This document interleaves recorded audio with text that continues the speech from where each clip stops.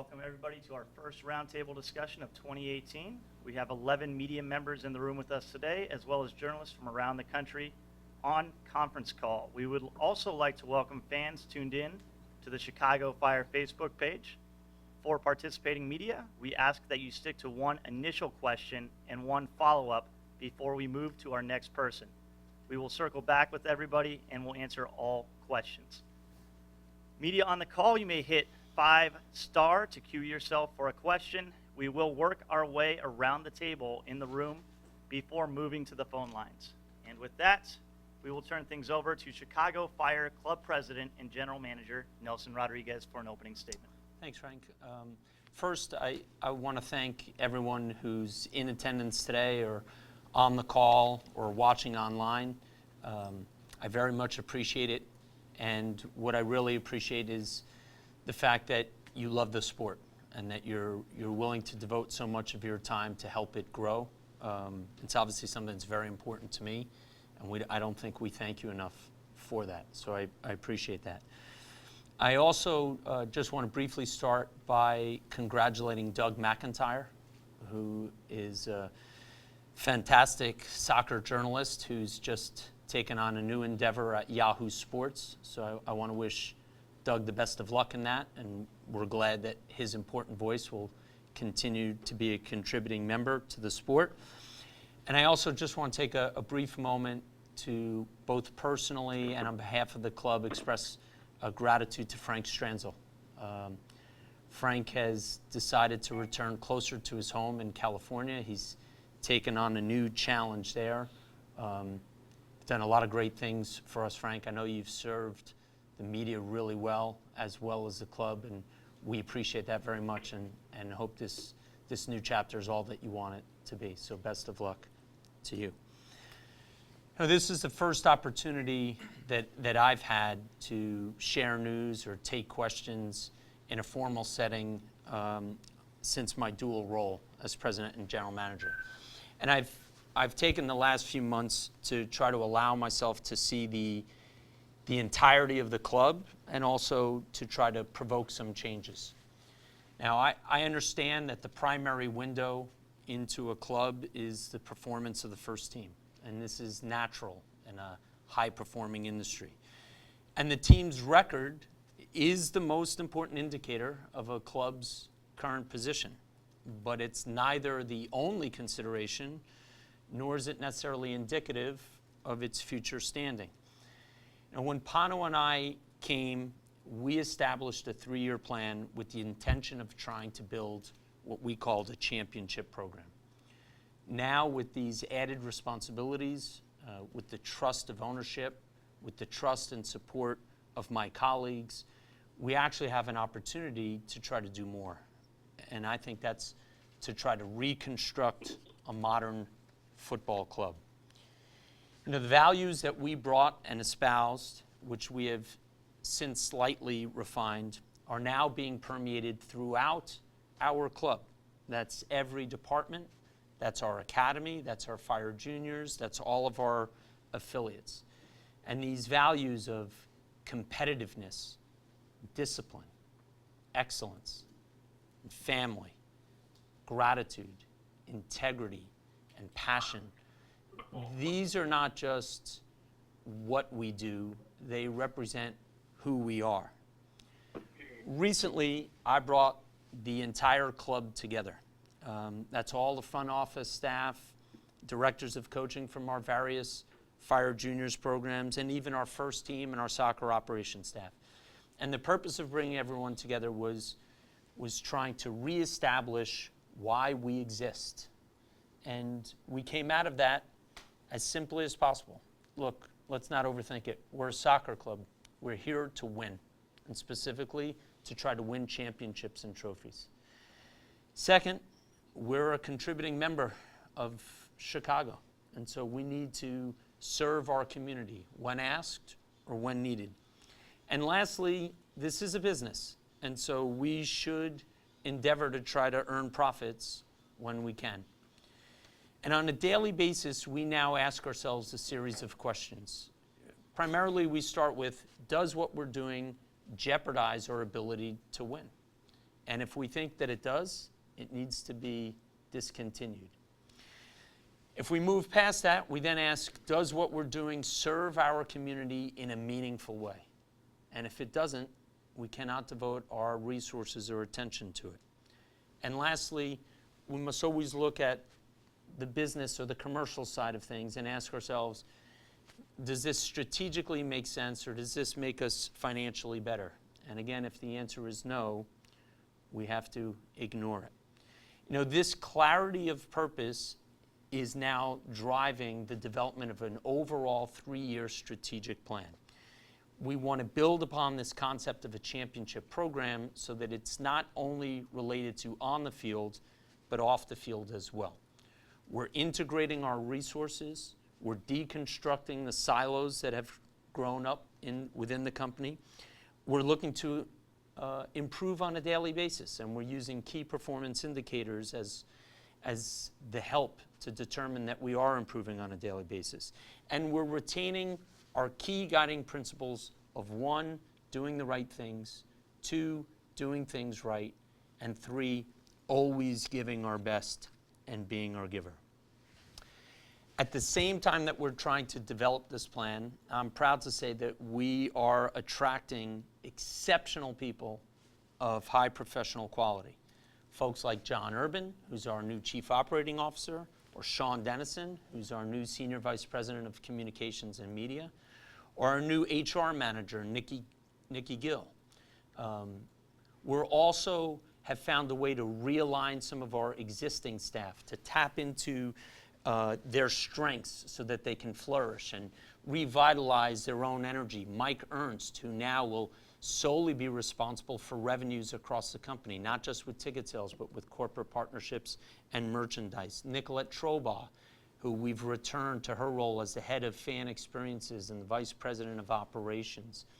We have Brian Ryder, who's taken on a new role as the vice president of events and staffing, and whose impact was immediately felt as he reimagined our season kickoff luncheon just a little bit, and we had our most successful one ever. Paul Cadwell, who's our VP of Soccer Business and is working closely with me on new revenue streams and also in analyzing our facility needs and making assessments there. And also some younger staff like Zach Dicken, who is now being given room to grow and lead ticket sales on a daily basis, but also contribute to the overall strategy of the club moving forward. And all of this has produced more than just good feelings. You know, it's producing tangible results. Our season ticket renewal is in the top 10, and it's the best it's ever been since coming to Toyota Park.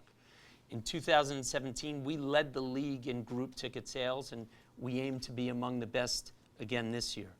You know, it's led to ESPN choosing us as its first partner in a groundbreaking deal where we now have all of our games available streamed anywhere, anytime. And pretty soon we'll be able to announce a new member of our Fire family, a corporate partner that is an industry leader in its own class and who is a partner to all of the premium sports properties in North America. This year already, we've seen the highest attended game in Toyota Park history for an MLS regular season match. We've seen the highest gross gate for an MLS regular season game in our club's history. And our fan store, our merchandise, and our per caps are top 5 in the league and the best in club history. And a lot of this comes from our listening to fans. Things that led us to redesign our fan shop or expand our product offerings, things, quite frankly, that also contributed to our decision to going with ESPN. Now, I understand that we have our own way of evaluating all the things that I've mentioned, and someone else may have their own opinion. But to me, there is one thing that is very clear and undeniable. We are a club with a lot of positive momentum, and we are quickly becoming a club of choice for people who want to be associated with the best. I mentioned that we clarified our purpose for win, serve, and earn. And as part of that process, what we also did was set a true north and a clear priority for the club. And we boiled that down into a simple phrase: soccer or football first. And everything we do has to move in that direction. Now, that should have been seemingly obvious and inherent, but I have to be honest, it wasn't always the case. And the heart of all of that are results. And so far, our results have neither been as we expected nor as we hoped. But we make no excuses. You know, there have been games where our opponent was better than we were. And there have been games where simply we needed to be better. But a big part of building this championship program on the field and in the offices is mentality. And part of that mentality is not simply a desire to improve, but a true commitment and a self-awareness to improve. It's about holding oneself accountable before looking outward for reasons. It's about our ability to collectively and individually focus on this moment. It's demonstrating resilience, and it's retaining enthusiasm, particularly in difficult moments. You know, an easy way for me to say this, it's about becoming a star in your own role. And in this regard, I'm pleased. I'm pleased with the entire team and the entire club that we're moving in this direction. You know, our players remain committed to each other. They remain committed to the plan. They continue to play with pride. They continue to compete full on for 90 minutes. And we continue to try to win every game, whether it's home or away. Now, I've said in the past that it's my job to see beyond results, and I'm going to say it again. And I think it's particularly important in a moment like this, where some folks all around us start to get a little bit uneasy. It's my job to look at the process and the approach. I need to gauge if the amount of rigor being applied is appropriate. I need to judge the attitude of the people involved. And while we can certainly improve, and I believe that we need to relentlessly seek self-improvement, I still believe in this group. You know, it's just 1 month ago, we played the team that since 2010 has the best home record in the league. And we beat Red Bulls on their turf 2-1 in a game that at least I felt was convincing. And a week after that, we played the current MLS Cup champions, also away, and we drew 2-2 in a game that we at least felt we may have deserved all 3 points. The week after that, we played the current #1 team in the league in Atlanta United. And we played a really good, hard, intense, and tense game. And yeah, we lost, but it was real and tough. And we followed that up with a difficult midweek game against a desperate Montreal team that we beat. So what's happened since that seemingly upward trajectory? Well, we played at Columbus, another team that we consider to be among the best in the league, and it's 1-0 at halftime, a half that we felt we had as many good chances as they did. And we lose Dax, our captain, and it's another injury. And the game gets away. And then this past Sunday, we play home to Houston, and I think we show incredible character in coming back from an early deficit to take the lead, and we can't hold it. And that's not good, and there's no good reasons for all of that, but it's not enough for me to think that we're not on the right path. You know, it's to me about process and approach and mentality, and I believe we're trending correctly. There are inconsistencies in our play, there's unevenness in our mentality, and I get it. But in 8 games where we've been behind this year, 5 times we've either drawn level or retaken the lead. And with the exception of the 1 game at Columbus, all of our games have been 1-goal games. So where does this leave me? It doesn't shake my faith in our group at all. In fact, I think teams better try to kill us off now, if they can, because at some point we're going to put this all together, and I like our chances. Frank? All right, thank you, Nelson. Dan Sansaromita, Pro Soccer USA. Please hold the mic. Thank you. You referenced expectations. I guess, what do you think has led to being below those expectations? I think it's a lot of factors, some of which I've mentioned. We haven't been as consistent. We've had opportunities to close out some games that we didn't, and we let get away. So we have to be better there. But across the board, we need to be better. We need to find the ways to make plays. And Pano has described this in the past, and last year we were very good at it. Typically when a domino falls, there's a series of dominoes, and we need someone to step up and not allow the second or the third domino to fall, whether that's in the progression of a particular play or over the course of a game. So we need to improve our focus, particularly in those moments. We need to clean up, specifically on a soccer point of view, we need to clean up our passing. We're still a little bit too sloppy, and we've gotten away from what made us really good last year. But we'll stay at it, and we'll get better. Are there any needs you think the team needs in the next transfer window? Yeah, I don't think they've changed, quite honestly, Dan.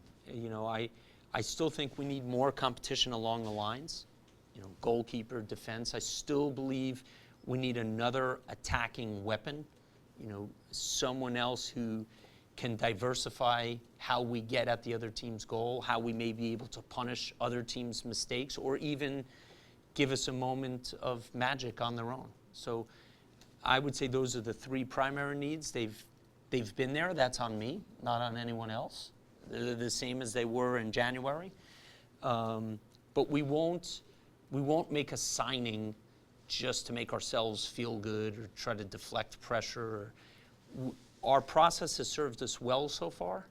I think we've done well with most of our selections and additions, and we need to stay disciplined now and not let the noise distract us.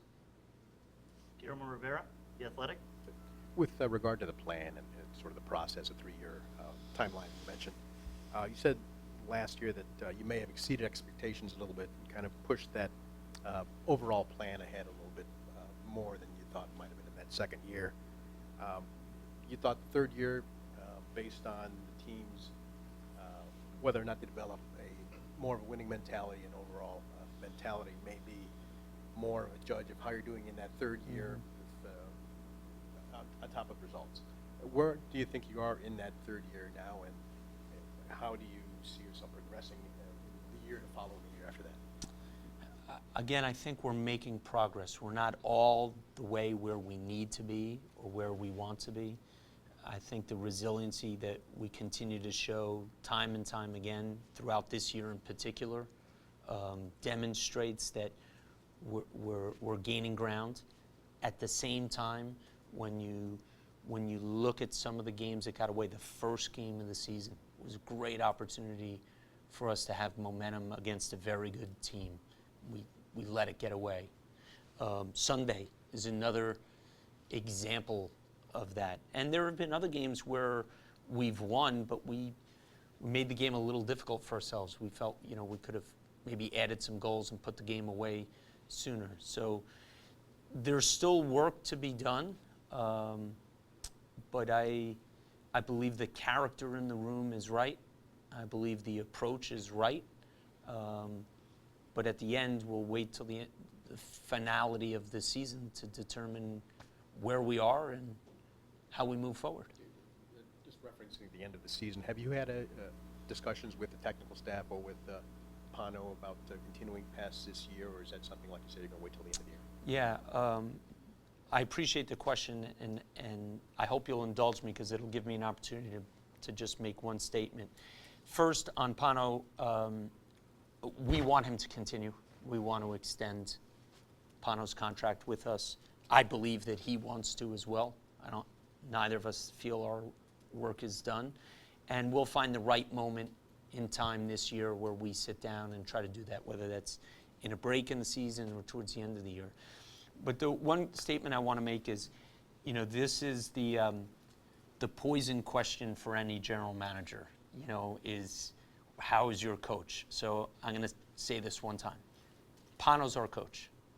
And I'll never address the question again because there's no answer I can give that will ever satisfy anyone. Dan Geishes, Pros America. Yes. So when the summer transfer window opens, there'll be less than half the season remaining. So do you think there would be enough time for a new signing, if you get one, to make an impact once the summer transfer window opens?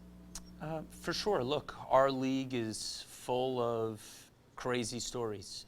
2 years ago, Seattle won the league, and they were dead last and mired in a long losing streak and seemingly hopeless. And they inject one player into their team, catch some momentum, and ride the wave, deservedly so, all the way to the MLS Cup Championship. So I think it's important that we get our points. We do not look to make excuses now when we haven't made them before. We recognize the opportunities in front of us, and the first one is Orlando this Saturday. Jeff Kraus, Fire Confidential. Nelson, every roundtable you've either been asked about or you've talked about the scouting system. When you came in, you said that there was some changes that you wanted to make to the scouting system. How has that revamp of the system gone, and what steps have you taken to improve what you saw before when you came in with it? We are now making a radical change for us. I think some other teams probably do this, but we've shifted to a model that is first analytics based, where we use outside services. We're actually trialing 2 different groups right now, and we give them the data parameters that we're seeking in players. They'll return to us from their worldwide database anywhere between 6 and a dozen players who fit that data profile, and now we'll engage in our process of watching them first on video, cross-referencing them among staff, and as we progress, ultimately seeing them in person, interviewing them, and going forward. So that's the big change. I think we just came to the realization that the world is too big. We're never going to build an in-person scouting network large enough to cover it, and we're going to give this new approach a go for a while. Along those lines, there's been a number of names over the last 3, 4, 5 months that have been connected with the Fire. When you're looking at player acquisition, are you looking for the best players that you can get in a given position, or are you looking for players that you see that fit Pano's system that maybe aren't as skilled as some other players that you see? The first thing we look at is the person. So we always try to judge the person first. Do they have our values? Do they believe in our project and our way of doing things? Because if they don't, at some point it won't work. So first is the person, then it's the player. And for the player, I think fit is a very good word. There are lots of really good players, and we don't deny their abilities, but they wouldn't be the right fit for us, either as a player or as a person. So we need to move past and beyond those players. So the person and the fit is the order, and we're still hunting. Sam Sejgal, MLSsoccer.com.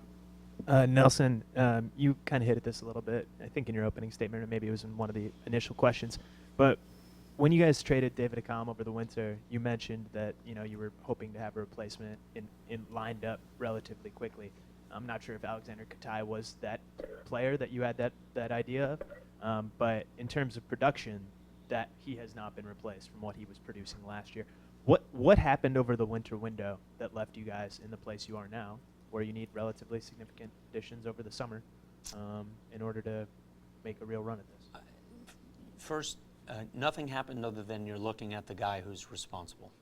So if I don't think the fit is right, or I don't think the value is right, we're not doing it. And we respect that every team has to pursue their way and do things their way. I think there's been a lot of inflation in the market. I think average players are getting a lot through transfers or salaries. And again, I believe that by and large, the process that we've adopted, the process that we've used so far has yielded really good results for us. And I'm not ready to discard that. I have to recognize, Sam, that if everybody's operating in a different realm and world, at some point I need to adjust, because we can't just cling to our beliefs and be an outlier. But I still believe we're going to get the right person and the right players for us in a way that makes sense. Do you feel like you guys maybe missed an opportunity this winter to kind of build on the success you had last season? Not with regard to an individual player, and the season's not over yet. So one of the aims that Pano and I had for this third year was, we use this word, consolidation. We wanted to consolidate where we had gotten to as a club, as our playing model, as our mentality, and results will always be the big barometer as to whether you're there or not. Players that we made offers to, clubs that we made offers to, and it didn't happen, it didn't happen. I think that's how it goes. I believe a lot of our offers were extremely aggressive. Offers that others would say, wow, that would have been overpaying, that didn't make sense. And they didn't happen. But I don't like to look back. I prefer to look forward. And so I think the right guys are still out there for us, and we'll get them. Hernán Espinoza, La Fiera Deportiva. Nelson, en español. Mencionaste tú de que probablemente estás en busca de un delantero más. En estos momentos, ¿qué es lo que necesita mejorar más el Fire, según tu opinión? ¿La defensa, el medio campo o el terreno? O la delantera, perdón. So the question was, it appears to me that you're seeking an attacking option, perhaps even a forward, and what needs to improve most at this moment? Is it the midfield? Is it the back line? Is it the attack? Nosotros seguimos buscando una opción en ataque que puede rendir momentos que son mágicos. Que alguien puede crear o anotar un gol por sí mismo. Y puede ser un delantero, puede ser un alero, puede ser un número 10, pero necesitamos eso, pienso, para que seamos más completos en el ataque. Sobre lo que tenemos que mejorar es por todas partes. Todo es conectado. Y no puedes desconectar la defensa del ataque, del medio campo, de los arqueros. Entonces, es un equipo, tenemos que trabajar conjuntamente y tenemos que mejorar todos a la misma vez. My response was, we're still looking for an attacking piece, someone who can create magic for themselves, who can score a goal or assist a goal on their own to help diversify and complete our attack. And as for how we need to improve, the whole team needs to improve. You can't disconnect the attack from the defense or the midfield or the goalkeepers. It's all one unit, and we need to get better on all four phases of the game: offense, defense, transition, and set pieces. Una pregunta más. ¿Usted cree que ha sido no parte de la culpa, pero también un factor muy influyente, las lesiones que ha tenido el equipo tanto al finalizar la temporada pasada como esta principio de temporada? The question is, do we believe that injuries have factored into the performance of the team so far? Por supuesto, lesiones nadie los quiere, pero todos lo tienen. En este momento puede ser que tenemos más en el mismo momento que otros equipos, o más que tuvimos en nuestra historia recientemente, pero no es excusa. El próximo jugador tiene que entrar y tiene que hacer su trabajo. Eso es como funcionan los campeones y eso es como nosotros tenemos que funcionar también. I said the injuries could be a reason, but it's not an excuse. Perhaps we have more simultaneous injuries than other teams or more than we've had in our recent past, but the next guy has to come in and do his job. That's how championship teams function, and that's where we want to get to. Jose Luis Sanchez, Boyd. Nelson, recientemente salió la noticia de que se iba a crear un nuevo equipo de la USL en Chicago, que iba a jugar muy cerca del lago. Quería preguntarle qué daño puede hacer eso al Chicago Fire, cómo le afecta en este caso, si va a haber algún partnership o algo con ellos, y ya sobre todo, ya que muchos aficionados se quejan de lo lejos que está el Toyota, si hay alguna posibilidad de poder jugar en ese estadio, el Chicago Fire, en el futuro. The question is, there's been a lot of news about a new USL team. Is that a threat or a danger to us? Is there any talk of a partnership for us with that team? And some fans have complained about the location of Toyota Park, so would we move there? I'm going to answer this question first in English, if that's okay, because that's a lot. You know, the first thing I would say is I don't think about it much, and I don't think much about it. I've trained myself over the years to not get too caught up in hypotheticals, and you know the USL agreement has a contingency, so it's not even definite. The stadium, there have been lovely illustrations, but I'm not aware that anything has happened beyond that. I'm not aware that any approvals have occurred, if any plans have been shared with anyone. You know, Alderman Hopkins just recently came out and said no one has spoken to him or his constituents. And so, you know, that's, I don't know how to respond to something that's like out there. I do know this. I know that Chicago is a fantastic and great sports market. And I know that Chicago fans appreciate all sports and all entities. And if a fan wants to see a hockey game, they could go see the Wolves. If they want to see the best in hockey, they go see the Blackhawks. If a fan wants to see a baseball game, he could go see the new Chicago Dogs. If he wants to see Major League Baseball, he goes and sees the White Sox. And the same is true for us. If someone wants to see the best soccer, they're going to see Chicago Fire Soccer Club. Look, it's the reason that Forbes has valued our club at $240 million and why a minor league expansion fee is $3 to $5 million. It's Chicago Fire that plays Manchester United in Soldier Field in front of a sold-out crowd. It's Chicago Fire that hosts the best All-Star game in the history of MLS. It's the reason why groups like CONCACAF contact us and ask us to participate in the Gold Cup announcement like last week with the Gold Cup returning to Chicago next year. One is minor league, we are major league. As for the distance issue, look, you know, we play at Toyota Park. This is our current home, and we'll do our best to defend it with pride, win our games here, and give our fans a great experience. Don't forget, in 2016, in the year where a 109-year-old curse was vanquished, the best fan experience in Chicago, as determined by J.D. Powers, not us, was Chicago Fire. And we were terrible that year.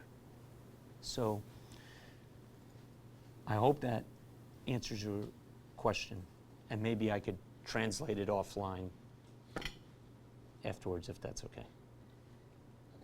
Nelson, siempre has dicho que no quieres hablar sobre jugadores que están bajo contrato, porque no lo ves obviamente ético, pero te quería preguntar sobre un jugador que ya no tiene contrato, Fernando Torres, ya se despidió del Atleti. ¿Está interesado en Chicago Fire, como tanto se habla en la prensa española, de que incluso habéis estado por allí? The question is, I know we have declined to comment on players in the past who are under contract to other clubs, but Fernando Torres is no longer under contract, and or would we consider him? Mira, primero es un orgullo que gente quiere relacionar a un jugador tan grande, tan importante como Fernando Torres a nuestro club. Y pienso que eso habla bien de nosotros, de nuestra habilidad de capturar jugadores como él o atraer a jugadores como Fernando. Obviamente, él tiene muchas de las características que nosotros buscamos. Es un caballero, es un ganador, es un señor de familia con valores y es un gran jugador de fútbol también. Nosotros nunca hablamos sobre las negociaciones que tuvimos o que vamos a tener, pero es un jugador que requiere nuestra atención. I think that it's flattering for our club to be related to big and great players like Fernando Torres. I think it speaks well of us. I think it speaks to our ability to attract some players. You know, it's not my nature to talk about ongoing or previous negotiations, and I won't do so now. But Torres has a lot of the qualities that we admire. He's a man of value. He's a family man. He's a winner and a champion, and he's still a heck of a player. And we would always have interest in people and players like that. Orange Schwartz, Daily Herald. Nelson, you've mentioned a 3-year plan. You've talked about the process here today. All of this suggests that you're asking for more patience from the fans, that you're willing to sacrifice short-term results for the long term. How hard is that to ask for more patience from the fans, considering you haven't won a playoff game in 9 years? Well, I haven't been here for 9 years, but I accept that we inherit all of the club's history, which I'll also remind includes 6 trophies in just 20 years of play. 6 trophies in 20 years of play. That stacks up with all the other major sports teams in this market. It stacks up with the Bulls, 6 trophies. Stacks up with the Blackhawks, 6 trophies. Stacks up with the Cubs and White Sox, 3 trophies apiece. I don't see it as binary as you're suggesting. I don't think we're sacrificing short term. We certainly didn't sacrifice last year. We were the 3rd best team in the regular season. The 3rd best team in the regular season. And we played some wonderful, wonderful football that our fans appreciated. 2nd best average attendance we had in the history of the team. So I'm not ready to write off this season. I know it's easy, and I know that it's hard to look beyond today, but we're 2 wins out of a playoff spot today. We've not one time had our first choice of lineup. Not even from game 1, because Jonathan Campbell was hurt in preseason. So I believe that we can achieve it all. But what I've always said about the plan and the program is I'd like to try to build something that's sustainable. I also don't think our fans want us to have one great year like a firework and go, ooh, have it come crashing down and then go back into the abyss. And that's why Pano rightfully and continues to press upon me this idea of we need to consolidate. And consolidation comes mostly from winning. But I'm not prepared to say we're not going to win this year, and I'm not prepared to say we're not going to continue to try to win. What I am going to say is I am, to the best of my ability, going to try to resist having heat taken off me, because that's where it should all be put, and sign a guy just to say we signed a guy, or sign a name just to say that's not what I believe championship programs do. And these are the moments where we have to remain really simultaneously disciplined in our approach, but reflective enough to understand when we may need to be nimble and adjust as opposed to being stubborn. And then I'll let others judge me when it's over or along the way. You mentioned the sellout crowd for the LA game, but there have been other games where there have been a lot of empty seats. How hard is that to see and to take? It's hard. Losing is hard. You know,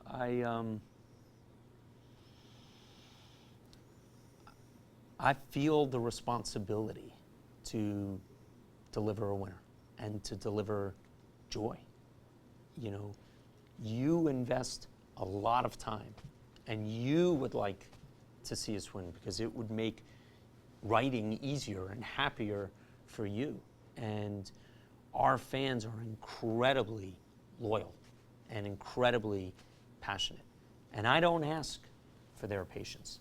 I simply ask them to judge on what they see. And the only promise I've ever made is that we'll play hard, we'll play to win, and we'll compete for 90 minutes. That doesn't mean you can always perform your best.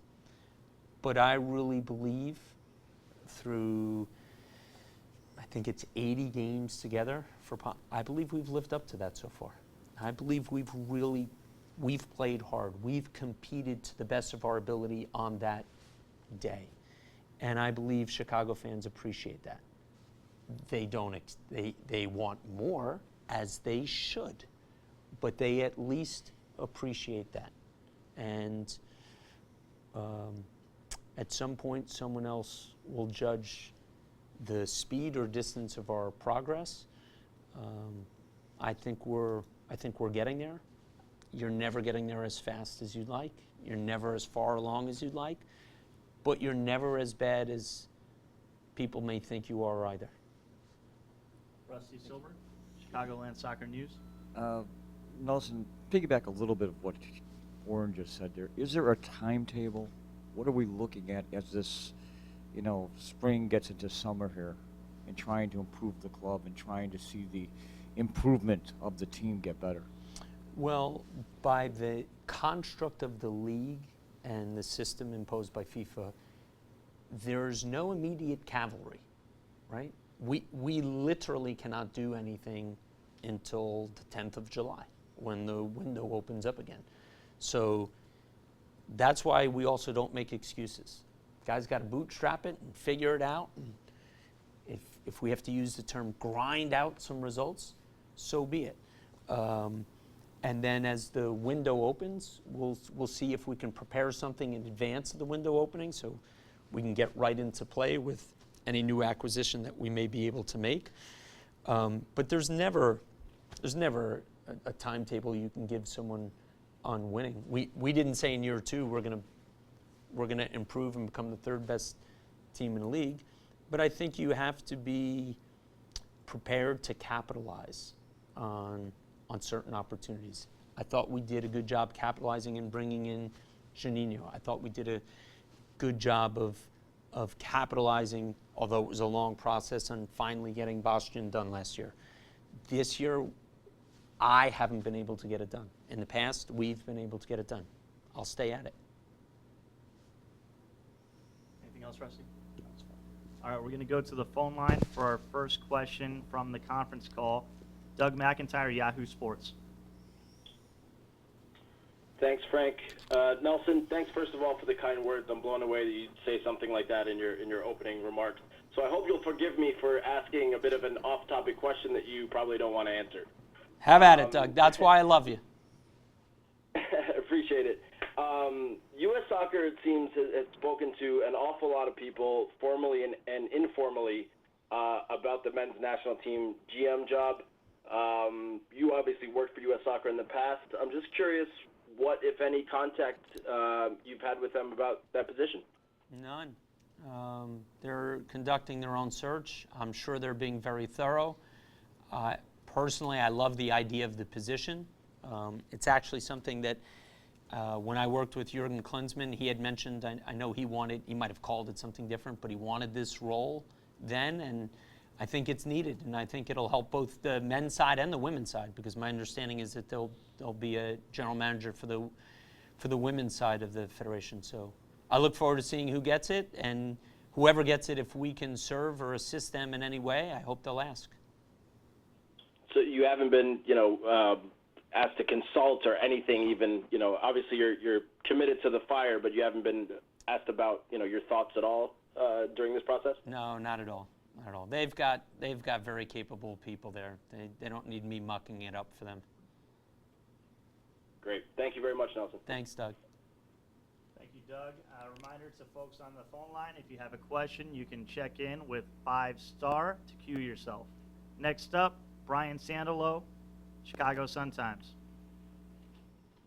Hey guys, thank you, Nelson, for taking the time, and Frank, best of luck with everything. Always appreciated working with you.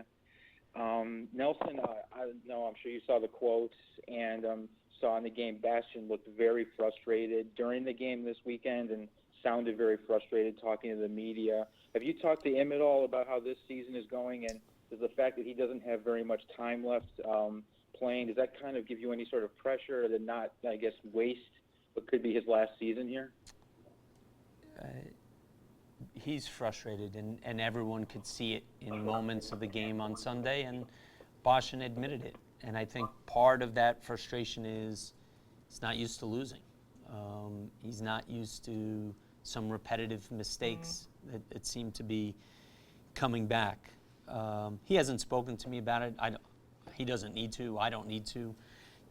But what I'd like to say, Brian, if you'll indulge me, is this. You mentioned he may not have much time left. We did a one-year deal, and just as we did the first year, we said, let's get through this year, and we'll talk about it again at the end of the year if we continue together, if he chooses to continue playing. I'm not aware that he's made any decision about his future. But I do want to say this.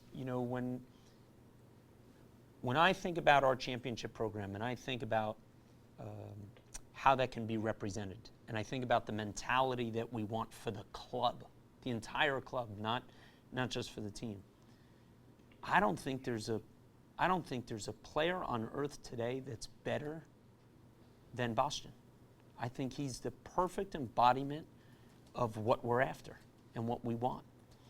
And forgive me if this is a little bit petulant, not directed at you, Brian, but there were a lot of doubters when he chose us. And there were a lot of people who just wanted to look at his age rather than his character. And I got to tell you, for me, he's one of the best players in the league. Period. Punto y basta. He has been our best player by far this year. He has been nearly heroic in playing whatever role is asked of him and doing it selflessly. And when we talk about playing style and identity, he has that gritty elegance that we're seeking. That I'll do whatever it takes, but at the same time, I will be graceful in doing it. And the other thing is he has immense reservoirs of enthusiasm. Come out to training and you're going to see a guy who loves what he does, and he loves his teammates. And so I don't see someone who, at least today, is suggesting a drop-off in level or a desire to close his playing career. I don't make that choice. He does. But right now, people should pay more attention and should see him, because this guy is incredibly special. Thank you, Brian. Anything else from you? I'm good. Thank you very much. All right, appreciate the participation. We'll move back to the table. Dan Santoromita, Pro Soccer USA. I want to ask you a little bit more about the ESPN Plus deal. I know you've talked about some of the benefits. Do you feel like you're maybe missing something out by being on traditional TV or cutting off some fans who won't as easily be able to see games? No, I really don't. I listen, HBO to go, Netflix, all of this is in motion. For sure, Dan, there's always a segment of an audience that is nervous about change or hesitant about change, but you know, my 70-something-year-old father-in-law has figured out how to get ESPN Plus, how to project it on his big screen TV, and in the end, I think we're with an incredible partner, perhaps the most loyal partner to the sport in this country, at least since the advent of Major League Soccer. And we'll continue to educate our fans. But I think it's not all that we want today, but I think we'll get there. And I think it's the way. Was the decision to join with them mostly financial, that they offered more money, or? I can't say mostly financial, for sure. I'd be disingenuous if I didn't acknowledge that receiving a rights fee it's historic for our club. It's a sea change. But again, not everything is about money. It's about the partnership. It's about their willingness to work with us to build our brand in Chicago. It's about the renewed relationship and working dialogue that we have with ESPN 1000 here in town. It's how they continue to treat us among all of their other ESPN properties. So I think that when you have the chance to associate with best in class, that's a plus. No pun intended. Back to you, Guillermo.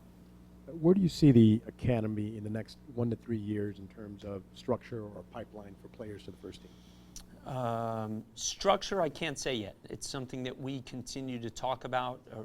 Are there ways that we can reimagine or redesign the academy? And we talk about that on a regular basis. I think the academy's in a really good spot. I think Cedric Catenois and the staff he's assembled have now been able to settle in from the trauma of change.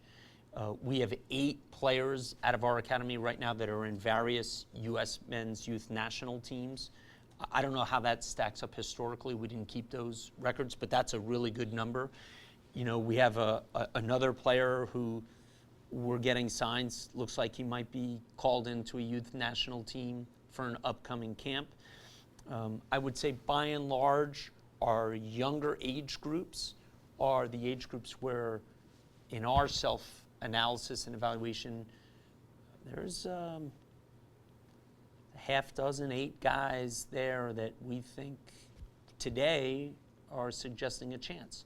The other thing I'm proud of is, you know, the organic integration between the first team and the academy. You know, we had 3 academy players with our first team in preseason. We had 2 academy coaches with our first team in preseason. Marko Mitrovic, our first team assistant coach, and yes, he has 2 of his sons in the academy, but he attends 80% of the academy training sessions, and we have regular dialogue between Pano and Cedric, and Nate Boyden, who's our U19 Academy coach, is spending 2 days a week with our first team at training. So we're going well there. I'm not satisfied with that because I think there's always better, and we got to continue to strive for better. Back to first team, in the transition from last year to this year, at the end of the year, you finished 2 points behind New York City FC, and that theoretically could have landed you a 2019 CONCACAF Champions League position.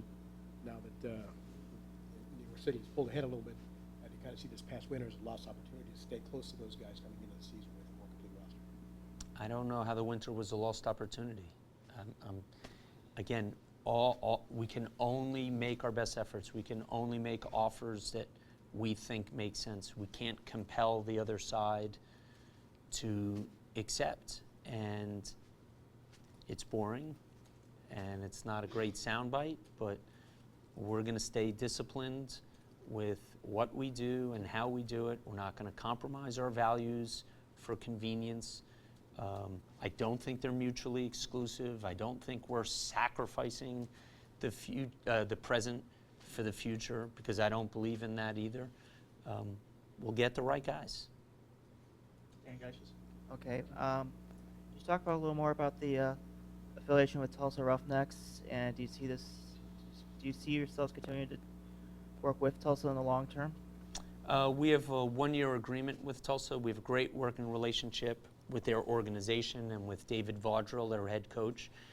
You know, this year we just haven't been able to help them or even help ourselves as much as we would have liked due to the rash of injuries.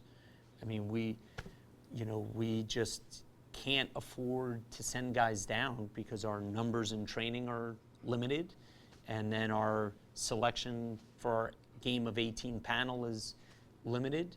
But whether it's Eddie Rock or myself or Matt Pearson or even Pano, we speak to David Vaudrell and their club on a weekly basis. And hopefully as we get some injured guys back, it could be a good opportunity for them to get some game fitness at Tulsa, and at the same time, hopefully help Tulsa fill some holes that they have in their roster.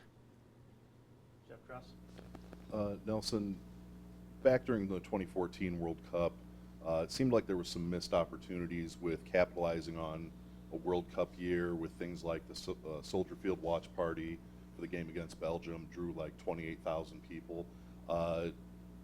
Does the Fire have a plan with this being a World Cup year in trying to capitalize with watch parties or with other plans, trying to capitalize on the World Cup to try to bring fans in? Yeah, we'll do some things, Jeff. This will be at much the consternation of the league office, but we got a lot of other stuff to do for ourselves. So the World Cup is great because the world watches. Converting those fans isn't easy, but we'll talk to them. We'll see if we can do data capture. We'll try to get out in front of fans who will be actively watching the World Cup. We'll try to create those associations. But at the end of the day, we've got to do our business 365 every year, not just in a World Cup year. And we've got plenty of room to improve on that as it is. With talking about your comments at the beginning of the season with the incomplete roster, you took over as team president as well, I think back in January. Do you feel like because the player acquisition side was mainly you and Pano, and anytime we talked to Pano about it, he would divert to you. Mm-hmm. Do you think that the player acquisition side and your GM side suffered because of taking on the role of team manager, and that contributed to? I was asked that question once before, and I don't think so. I think the one area that I personally wasn't as deeply prepared as I had been in the past was for the draft. But other than that, I don't think the dual role has had anything to do with our not adding an acquisition in the winter.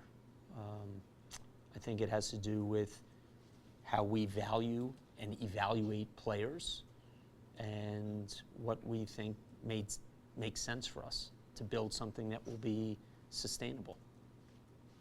Sam Stashko? You mentioned Bastian earlier and saying he's a great player. Full disclosure, I was one of the people that questioned his age in the signing at the time, and I was very wrong about that.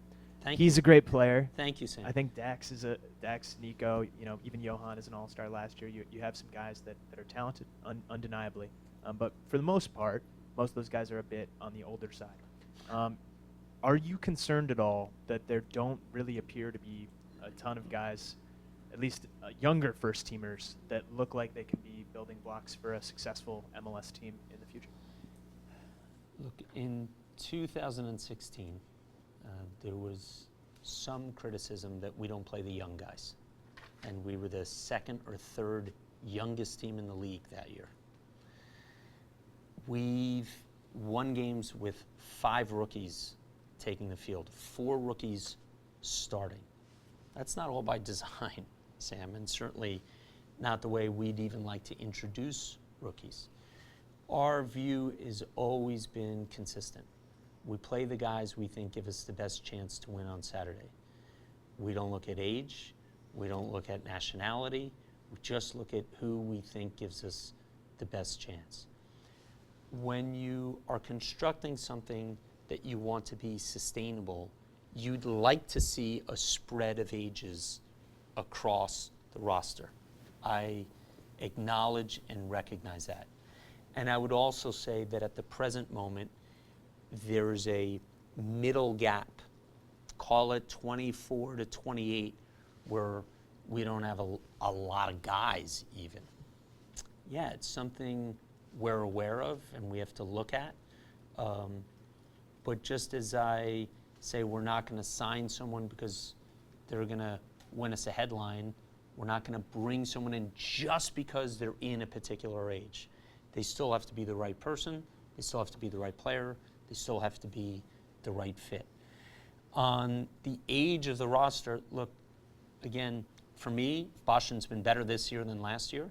So I'm not, and there's a long way to go. And I don't know how he feels, but there's been no slowdown. I haven't seen or noted a slowdown in Dax. Nico continues to be one of our top ground covers in every game. And I don't see a slowdown in him. Michael DeLue, we'll see how he returns from injury, but work rate and coverage was never in question for him. And then we have the chance that some of the younger guys maybe can be special. You know, Georgie has a chance to be that. Now, he doesn't fit that nice, neat band of age, but might mean we have him longer. So it's a fair point. It's something we're cognizant of. I don't think at the moment it's a detriment to our trying to build something sustainable. Also wanted to follow up, and you've hit at this a little bit, but is there any thought to changing the process a little bit in terms of how you approach your valuations and how much you move on those valuations, if you move at all? Obviously, we aren't privy to the budget and things like that, but given the fact that none of the deals in the winter were able to come across the line, are you thinking at all about tweaking how you approach them in the summer? I think we have to. I think being honest and self-reflection is important. I really, if I look back at the deals we didn't get, I don't even know what it might have taken to get those deals done. So they were so far away. Our valuations were so far away that I didn't even see a bridge. And within the league, you know, I think we made compelling offers. You know, I know this for a fact because it's not subjective, because now when players are traded within the league for allocation money, the amounts are known. So factually, we offered more for a player that subsequently moved to a different team for less. I can't explain that, Sam. I can only know that we offered more. That's all I can know. So for sure, we have to constantly reflect and look at how we do things, and do things need to change. But again, a month ago, we beat the best home team on their turf, tied the MLS Cup champion, lost to the #1 team in the league in a really good game at home. And at some point, we're going to get this whole thing together, perhaps with new incorporations, and let's see where that takes us. Nelson, con la incorporación este año de delanteros, ¿no? Como el Fire, ya lo expresaste que estaba buscando delantero. En la liga vinieron Carlos Vela, Zlatan, y como tú ahorita mencionabas de las malas decisiones que tuviste, que Chicago Fire tuvo oportunidades de hacerse de buenos jugadores, hablando del pasado con Jermaine Jones y Didier Drogba, esos tratos que no se cerraron para el Chicago Fire. La ventana de la Copa del Mundo, el Chicago Fire buscará alguno de esos jugadores que van a estar vistos en la Copa del Mundo también. Hernan keeps saying we're looking for a forward. Just to be clear, I keep saying we're looking for an attacking player. It doesn't necessarily have to be a forward. He says around the league, you've seen important forward incorporations like Ibra and Vela. The club in the past has failed to land some guys like Jermaine Jones and Didier Drogba. The World Cup's around the corner. Do we see ourselves pursuing or incorporating any player that might be in the World Cup? No sé. No sé. Tenemos que ver cómo va la Copa Mundial. Tenemos que ver cómo es la situación de esos jugadores. Lo que sé es que nosotros tenemos objetivos que estamos buscando. Tenemos jugadores identificados que seguimos persiguiendo y que vamos a seguir intentando de incorporar. Pero si llegan al Mundial o no llegan al Mundial, eso todavía no sé. So my answer was, will we incorporate someone who's in the World Cup now? I said, I don't know. We have our targets. We have our objectives. We continue to pursue some of those players. We will pursue them. Some of them may be in the World Cup. Some of them may not be. I don't know yet. We'll see. And we'll stay at it. Nelson, viendo lo que llevamos de temporada hasta el día de hoy, del 0 al 10, ¿qué nota le pondrías al equipo ahora mismo? Looking at the team from now, from the beginning of the year to now, what grade would I give the team?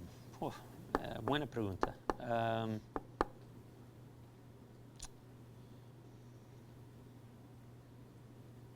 C, un C.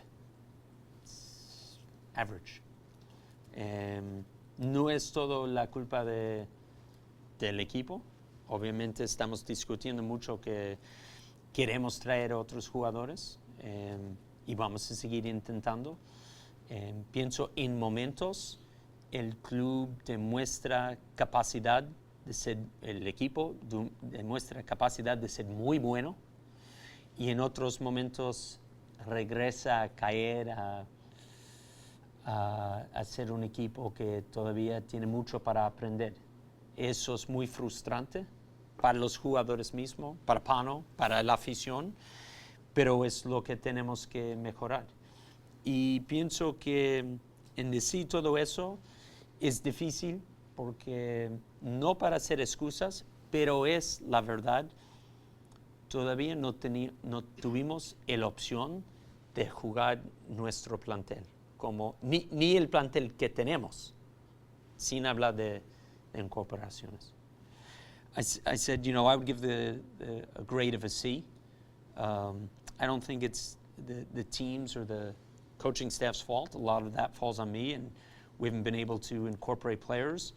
I'm not looking to make an excuse, but it is just a statement of fact. We haven't even had the chance to play our first choice group this year, and so I think it's more fair to wait until we can put it all together and see where that leads us. ¿Su favorito a ganar el Mundial? ¿Canal? Ganar. Para ganar el Mundial. Ganar el Mundial este año. Well, voy con parte de mi corazón ahí y digo Argentina.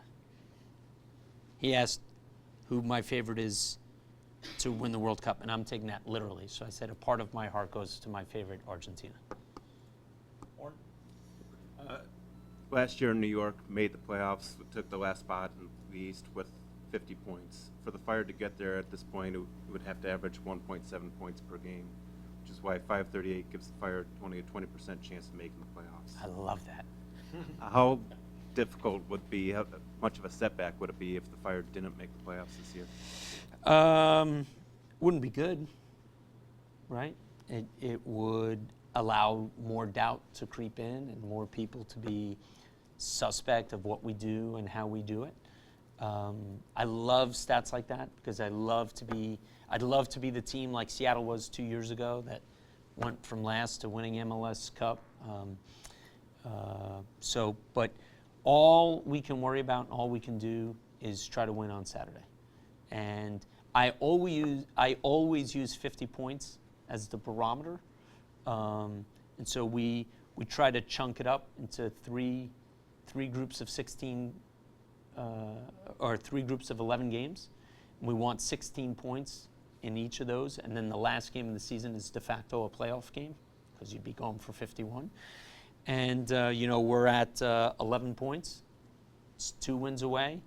Given everything that we've experienced, it's okay.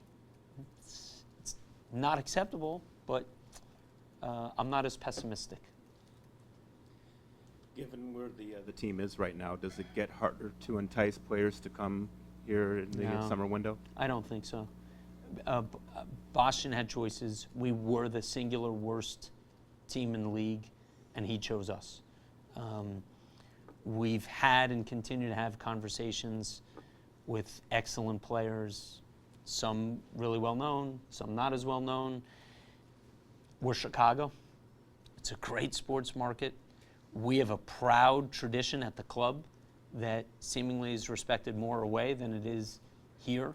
They recognize our trophies. They recognize the great players who've worn this jersey in the past, guys like Christos Stoichkov and Peter Novak or Ante Razov and C.J. Brown and Chris Armas. They, not all, many appreciate the plan that we share with them. Many appreciate the values. And, again, we have guys like Johan and Michael who chose us without ever even visiting the city. I think it says something to their courageous spirit, but I'd like to think it says something about how we're recruiting and pitching and that it's resonating. So we'll see what comes, but I think we're very much a club of choice for a lot of professionals on the field and in the front office. Rusty, are you done? I'm good. All right, we'll move back to Dan Santoromita, Pro Soccer USA. When you took over in, was it late 2015, what did you envision at this point, and how does that compare to where you are now?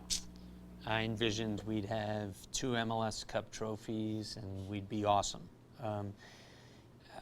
At least for me, it's always natural to try to envision success, greatness, achievement.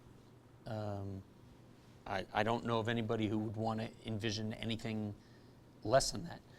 I don't think I fooled myself about how hard it would be, and that's proving prophetically true. But again, I think stories have an arc. We're in the middle of this one, but we're not at the end yet. And so I have a saying that I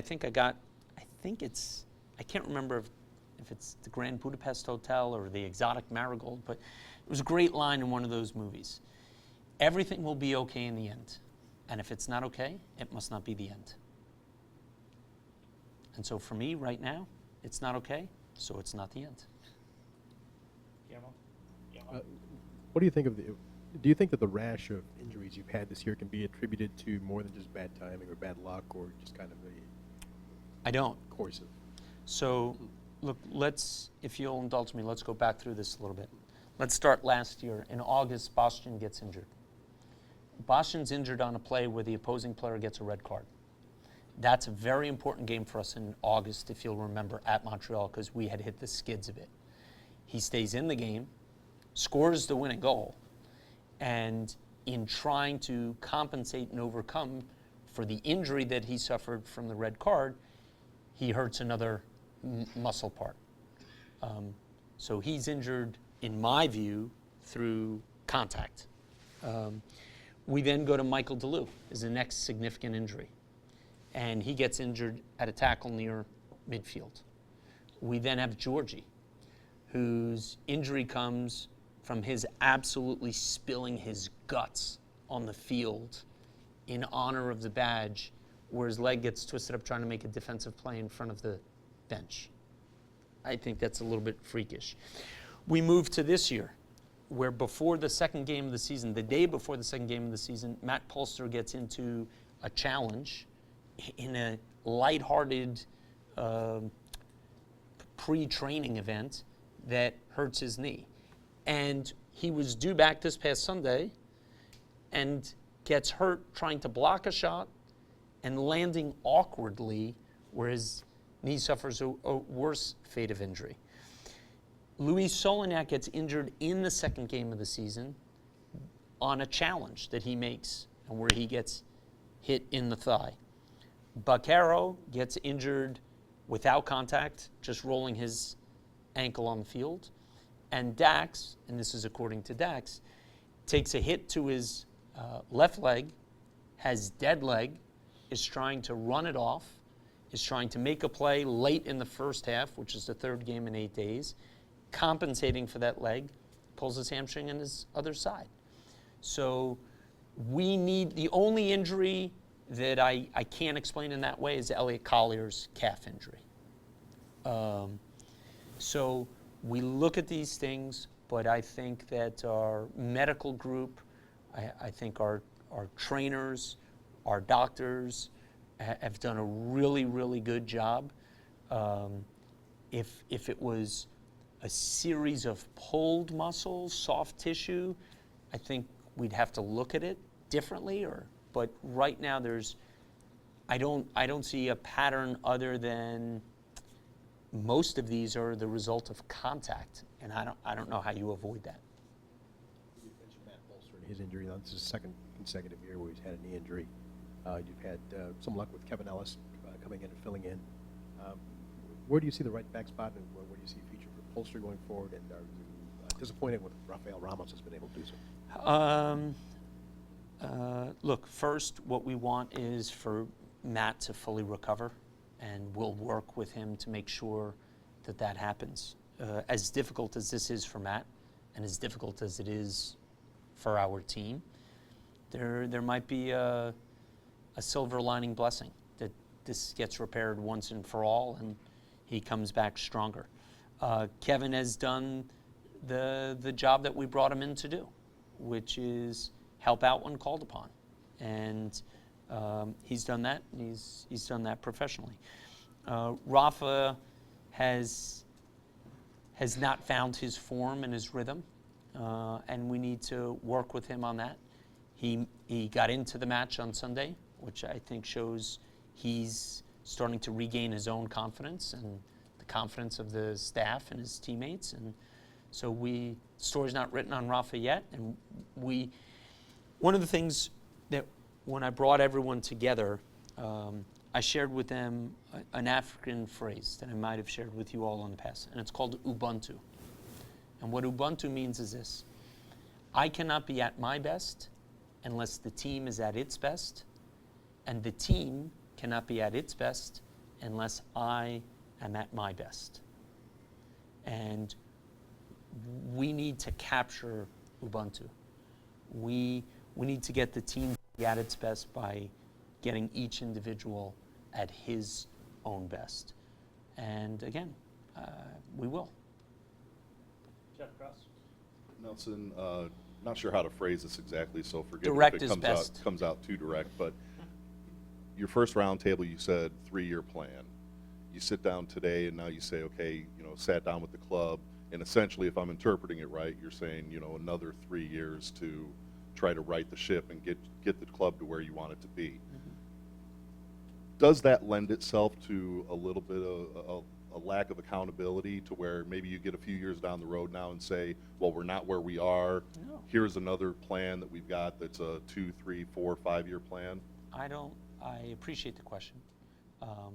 I don't think so, Jeff. No, I don't think so. But first, we talked about a 3-year plan to try to build a championship program. That doesn't necessarily mean we said we're going to be champion.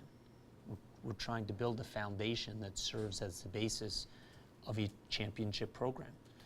And I would argue this, if necessary: we are clearly better on the footballing side today than we were at the end of 2015. And I still believe we're trending upward in that way. There was a comment made, we haven't been able to attract players in the past like Drogba and Jones. We attracted a world champion named Bastian Schweinsteiger. So I think we're making progress. Again, it'll be for others to determine if it's enough. When I referenced a 3-year strategic plan, I'm not aware that the club has had a 3-year strategic plan in the past. I'm not asking for another 3 years. I see my role, both as president and as general manager, to be a steward of the club. And for sure, Jeff, one day my number will come up. It'll come up with the fire, and it'll come up with the big man upstairs. And I would like to try to leave it in a better place than my perception of how we took it over. And if things really went incredibly well, maybe even leave a legacy. I'm not trying to manipulate the fans or our ownership group in extending anything. I stand by the progress we've made so far.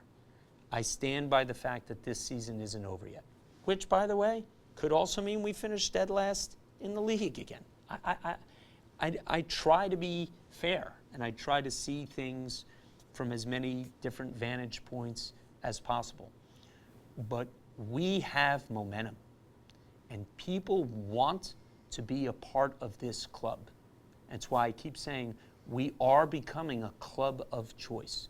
Sean Dennison had options. John Urban had options. Bastian Schweinsteiger had options. ESPN had options. And they're choosing us as much as we're grateful to have them join us. And all I'm saying is, in my opinion, we have a chance to fully integrate what we're doing on the pitch with what we're doing on the commercial side, with what we're doing in the community, and trying to get all of that alignment so that we can reach our full potential as a club. And in that process, I'm also saying we need to modernize, and we need to position ourselves so that there's not this doubt about how great we were and how great we are and how much greater we'll be. Sam? I don't expect you to be able to answer this question all the way, but I'm going to ask it regardless. How much money do you guys have to go out and spend this summer and potentially attract the types of players that we were just talking about? The way that we have operated since I've come aboard has been, there has been no restriction on how much we can invest. The approval of investment begins first with what plans we provide to ownership. Now, just to dovetail the conversation I just had with Jeff, up to now, we've just submitted a soccer plan. It didn't necessarily correlate to what's going on the commercial side of the business. And we've projected what we thought those expenditures might be. What ownership has consistently said to me is, make the case. Make the case. Make the case for Bastian Schweinsteiger. Make the case for Nemanja Nikolic. Make the case. And we do our best in making those cases. No one has said to me, you can't go over this amount. Now, part of this is also, I'm driven by my own sensibilities. Okay? And again, I respect what other teams do and how they choose to invest their money. I wouldn't make some of the investments other teams have done. That's me, and they might be mistakes, or they might be right. We'll see over time. I think what's important is Andrew wants a winner, and he's pressing me to deliver that winner. I don't mind it. I find him helpful. I think he asks appropriate questions and prods me and challenges me and supports me in all the ways that make me feel great, and I've got the best job. So if a certain guy nicknamed the Flea becomes available for $10 million a year, yeah, I'll go. We'll go after him, right? But there's also, we have to acknowledge some boundaries and there can be exceptions to boundaries, Sam, but limited stadium capacity, so at some point it becomes challenging. But for me, our approach is, what do we need footballing wise to make ourselves better? Who fits those profiles as a person, as a player? Then comes the price tag, and if there's someone we want and we think it's outside of what we've prearranged, then we'll ask ownership. I do want to make this point, though. Andrew's pressing me directly, and I don't feel held back by resources at all. Jose Luis. Nelson, quería preguntarle por John Vaquero. Fue la primera selección del draft. Esperaba muchísimo del chico, una carrera muy buena, brillante en college. Obviamente ahora mismo está lesionado, pero al principio tampoco apenas jugaba. ¿Ha decepcionado un poco? ¿Pensáis que se ha podido equivocar en la selección? Todos los demás novatos están jugando muchísimo y a buen nivel. ¿Piensa que su adaptación ha sido más lenta? ¿Todavía se tiene un poco de fe en él o cómo está el proceso con él? The question is, John Vaquero was our first choice. Yes, he's injured, but it seemed like his adaptation may have been a little slower. Do we feel we made a mistake? Do we still have confidence in Jan? How do we see him? Mira, Jan es todos los jugadores jóvenes se desarrollan en su paso. Y Jan tiene un poco de peso de su nombre también, por ser el hijo de un grande. Jan es un gran muchacho, muy buen profesional, y aunque él en los primeros momentos, sí, la adaptación le llevó un poco más, pero él llegó a jugar y llegó a estar en el plantel y estaba mejorando. Y también nosotros miramos a Jan como miramos a todos los jóvenes con de largo plazo. No todos están jugando ahora. Si teníamos todos los titulares, no sé si todos estarían jugando ahora tampoco. ¿Sabes? Un poco es situación. Pero lo que vimos en Jan y lo que seguimos viendo en él es un futbolero. Él ama el fútbol, él sabe jugar, él sabe tocar, es muy inteligente. Tenemos que desarrollar su físico por esta liga también, me parece le va a ayudar, pero confiamos que Jan va a seguir mejorando y va a llegar a ser un jugador importante. Just on John Vaquero, sure, his adaptation might have been slower than others, but every young player has to develop at their own speed and their own pace. Before he got injured, he had made his way all the way to the panel and onto the field. We think Jan is a real football player. He understands the game. He knows how to play. For sure, the weight of his father's name has to always be there because his father was a tremendous player in his own right. But we were pleased with his progress before the injury. We need to build his physical strength a little bit more to compete in this league, but we believe John's in a good way, and we look forward to his making his mark in the future. Warren? Well, we're talking about individual players. Alexander Katai is here on loan. Do you see him having a long-term future with the Fire? We don't need to make that decision today, and so we won't. I think that Katai has shown his qualities, but he hasn't been consistent with those qualities. But listen, you have to be patient. You're talking about adjusting to a new country, adjusting to a new language, adjusting to new teammates, adjusting to a new style of football. And all of those things take time. It's generally why I've previously shied away from the summer window, unless you're thinking about the following year, because it's a hard league to adjust to and harder in the summer than in January. We'll see how he continues to go, and we'll make the decision when the time is necessary. Good there? Good there. All right, folks, at this time, I believe we've covered all of the questions from our media members. Thank you, everybody, for joining on Facebook. Nelson, thank you, and thank you to our media. Thanks, everybody. Thank you. We serve in